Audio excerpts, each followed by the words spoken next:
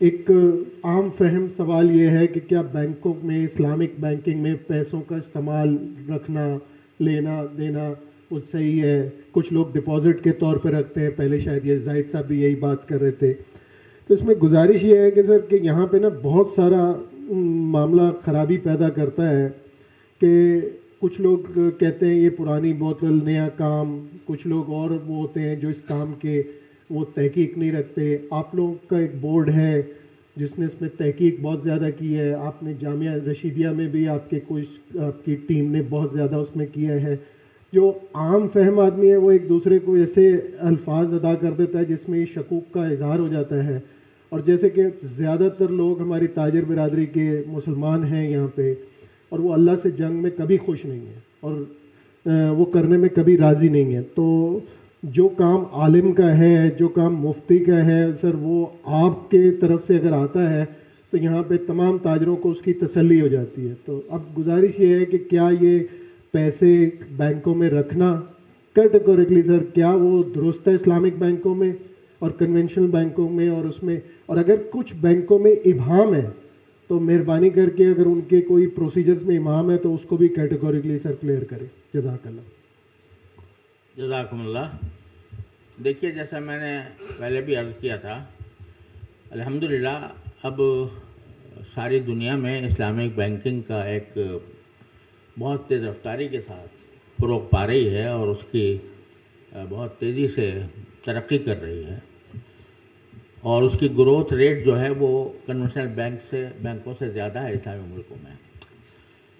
تو بات یہ ہے کہ اس اسلامی بینک کے طریقہ کار کو ایک مرتبہ طے کر دیا گیا کہ کس طریقہ کار سے وہ کام کریں گے، اور اس کے لیے ایوفی کی جو شریعہ کونسل ہے میں اس کو چیئر کرتا ہوں، اور اس میں 20 ملکوں کے علماء بھی شامل ہیں. وہ اس کے لیے اسٹینڈرڈز تیار کر چکے ہیں کہ ان اسٹینڈرڈز پر اسلامک بینک کام کریں گے. اور اسلامک بینک، ہر اسلامک بینک کے ساتھ ایک شریعہ بورڈ ہوتا ہے.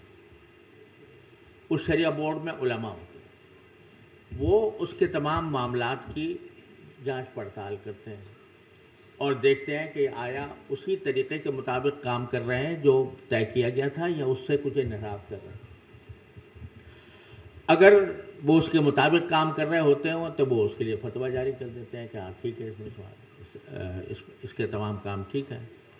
اگر کہیں وہ غلطی دیکھتے ہیں تو جتنی غلطی کی وجہ سے جو اماؤنٹ کمائی گئی ہے اس کو وہ الگ کر کے اس کو چیریٹی میں دے دیتے ہیں، کیونکہ ناجائز طریقے سے آ گئی تھی. اس طریقے سے عمل ہو رہا ہے. پاکستان میں الحمدللہ جتنے اسلامی بینک ہیں وہ سب تقریباً ایک ہی پیٹرن پہ کام کر رہے ہیں. ان میں یعنی جو بحیثیت مجموعی جو ان کا جو موڈس آف فائنانسنگ ہے وہ ایک ہی ہے سب کے. لہذا اور ان کے ہر کے ساتھ ایک شریعہ بورڈ بھی ہے. تو الحمدللہ میں بحیثیت مجموعی یہ کہہ سکتا ہوں کہ اگر کوئی مسلمان کسی اسلامی بینک میں ڈپازٹ رکھتا ہے، اس پر اس کو منافع ملتا ہے تو وہ انشاءاللہ اس کے لیے حلال ہے. البتہ کچھ غیر ملکی بینک ہیں پاکستان میں، اور انہوں نے بھی اپنی اسلامک ونڈو کھولی ہوئی ہے. اس کے بارے میں چونکہ براہ راست نہیں جانتا، اس لیے میں ان کے بارے میں کچھ کہنے سے معذور ہوں. لیکن جو پاکستانی بینک ہیں، جو اسلامی بینک ہیں، ان سب میں کے بارے میں یہ کہہ سکتا ہوں کہ ایک مسلمان اگر اس میں ڈپازٹ کرے گا تو اس پر انشاءاللہ مجھے منافع ملے گا، وہ حلال ہوگا. ایک سوال پیدا ہوتا ہے کہ جو بھی فورن بینک بھی اگر پاکستان میں ہیں تو وہ بھی اسٹیٹ بینک کے انڈر آتے ہیں اور یہاں انہیں اپنے آپ کو رجسٹر کروانا پڑتا ہے یہاں کے قوانین کے مطابق. تو لہٰذا جو قوانین ہمارے لوکل بینکوں پہ نافذ ہیں وہی ان پہ بھی نافذ ہوتے ہیں. اور اس میں بھی اصل میں اسٹیٹ بینک کے اندر بھی ایک پورا ڈپارٹمنٹ ہے جو شریعہ آڈٹ کرتا ہے، یعنی اسلامی بینکوں کا کرتا ہے، اور جو ونڈوز ہیں غیر ملکی بینکوں کی اس کی بھی کرتا ہے. تو اس لیے یعنی بہرحال ایک ایزمپشن تو یہی ہوگی کہ انشاءاللہ وہ بھی درست ہوگی.